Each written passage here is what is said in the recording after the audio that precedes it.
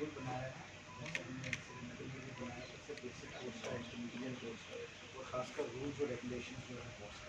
इसके अलावा for us आपका हार्दिक अभिनंदन है सर। अब मैं रिक्वेस्ट करूंगी एक प्यारी सी बच्ची को कि वो यहाँ पर आए।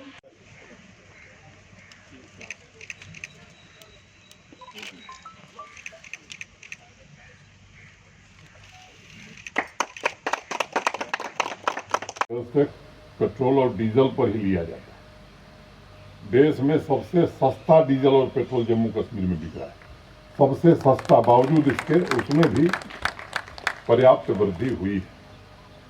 और अंतिम बात मुझे लगता है कि संदर्भ में मुझे ये कहनी है कि 31 मार्च को किसी भी कॉन्ट्रैक्टर और किसी भी सप्लायर की वेरीफाइड बिल बची नहीं है, सब 31 मार्च को भुगतान कर दिया गया। मैं जब आया था, मुझे याद है 8 अगस्त 2020 को, तो देश के विभिन्न हिस्सों से किसी न किसी के द्वारा कोई भेजा जाता था कि साहब मैंने 2012 में काम किया, भुगतान नहीं हुआ, 2014 में काम किया, भुगतान नहीं हुआ है। वो व्यवस्था समाप्त हो गई। चाहे वो सैलरी हो, पेंशन हो, ग्रेच्युटी हो, पीएफ फंड हो, सारे 31 मार्च को भुगतान कर दिए गए। और यही नहीं, जो सेंट्रली स्पॉन्सर्ड स्कीम्स हैं उनका भी स्टेट शेयर हमने 31 मार्च को पूरा जमा कर दिया। कोई विभाग नहीं जिसका पैसा नहीं जमा हो गया। इस बार कोई हुंडी भी नहीं ली है, बल्कि पिछले वर्ष की ली गई हुंडियां 2 वो भी हमने क्लियर कर दिया। ये एक नई व्यवस्था है। और जो विरासत में जम्मू कश्मीर बैंक से कर्ज लेकर के पेंशन चुकाया जाता था, उसमें भी एक बड़ी धनराशि इस बार हम लोगों ने जम्मू कश्मीर बैंक में जमा की है। और कल मुझे एनटीपीसी के चेयरमैन सीएमडी आए थे, पावर ट्रेडिंग कॉरपोरेशन के सीएमडी आए थे। उन्होंने कहा साहब पहली बार 22 साल में हम लोगों को पैसा मिला है जम्मू कश्मीर प्रशासन से। बिजली हम लेते थे, पैसा नहीं देते, तो ये पहली बार ऐसा हो सका है। मैं समझता हूं कि पूरे प्रशासन की प्रतिबद्धता, मिलजुल करके एक साथ काम करने की आदत, इसके कारण बहुत सारी चीजों में बदलाव आया और इसलिए सिस्टम आसान भी हुआ है, उत्तरदायी भी हुआ है और पारदर्शी भी हुआ है। ऐसी भी व्यवस्था है कि गांव में बैठा हुआ सामान्य नागरिक भी अपने गांव की परियोजना की निगरानी कर सकता है। वो देख सकता है कि उस परियोजना के लिए, उस प्रोजेक्ट के लिए प्रशासन ने कितना पैसा खर्च किया है और काम कैसा हो रहा है। आज कोई भी काम बिना एडमिनिस्ट्रेटिव अप्रूवल के और टेंडरिंग के नहीं हो पा रहा है। मैं आप सबके ध्यान में है कि 15 साल, 20 साल, 25 साल में परियोजनाएं पूरी नहीं हुई और इसलिए लैंग्वेजिंग प्रोजेक्ट, एक नई योजना यहाँ शुरू हुई। और कभी कभी तो आश्चर्य होता है, अभी जम्मू के लिए गलडनी का पावर स्टेशन मैं समझता हूं कि जीता जागता उदाहरण है। और 2008 से लेकर के और 2022 अभी कुछ दिनों पहले मैं कहूं कि वो मदर फीडर है पूरे जम्मू रीजन का।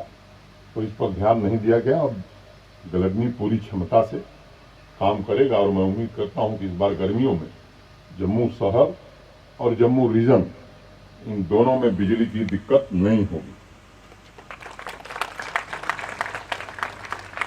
प्रोजेक्ट किस लिए बने?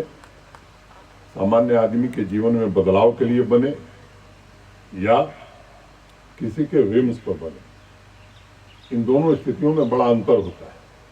एक बार जब बैक टू विलेज कार्यक्रम शुरू हुआ था, मुझे स्मरण है, तो अभी जो चीफ सेक्रेटरी हैं अरुण मेहता जी, उन्होंने कहा कि बहुत सारी बिल्डिंग बनी है जिनका कोई उपयोग नहीं है, वो केवल इसलिए बना दी गई कि ठेकेदार साहब को काम करना था, इंजीनियर साहब की रुचि थी और किसी नेताजी का आशीर्वाद था। ऐसी उस समय 1586 बिल्डिंग प्रशासन ने प्राप्त की थी, अभी और भी हैं। इस तरह के अनेक काम पिछले दिनों हुए।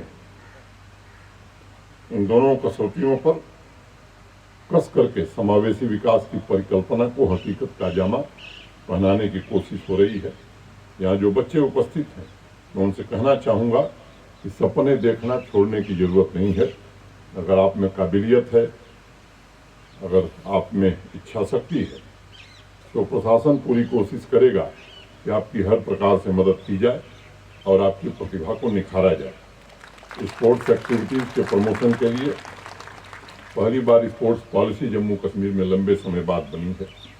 2014 से हमारे प्रतिभाशाली खिलाड़ियों को एक न्यायालय के आदेश के कारण, या मैं कहूँ कि कुछ लोगों की मिली भगत के कारण, सरकारी नौकरी नहीं मिलती थी। अब जिन लोगों ने स्पोर्ट्स के क्षेत्र में उत्कृष्ट प्रदर्शन किया है, उन्हें गजटेड से लेकर के नॉन गजटेड पदों पर नौकरी देने का अभियान भी शुरू हुआ। अभी आप जम्मू में ही राष्ट्रीय आर्चरी प्रतियोगिता पिछले महीने ही संपन्न हुई है। देश के विभिन्न राज्यों की टीमें आई हैं और इस वर्ष प्रशासन ने तय किया है कि 17 स्पोर्ट्स की विभिन्न विधाओं में राष्ट्रीय स्तर के इवेंट जम्मू कश्मीर में आयोजित किए जाएंगे। पिछले साल कोरोना के बावजूद भारी संख्या में स्पोर्ट्स डिपार्टमेंट ने, स्पोर्ट्स काउंसिल ने लाखों युवाओं को विभिन्न खेलों में भाग लेने का अवसर प्रदान किया था और इस वर्ष भी 7.5 लाख बच्चों को खेल से जोड़ने का, युवाओं को खेल से जोड़ने का प्रयत्न किया जाएगा। ये लक्ष्य रखा गया।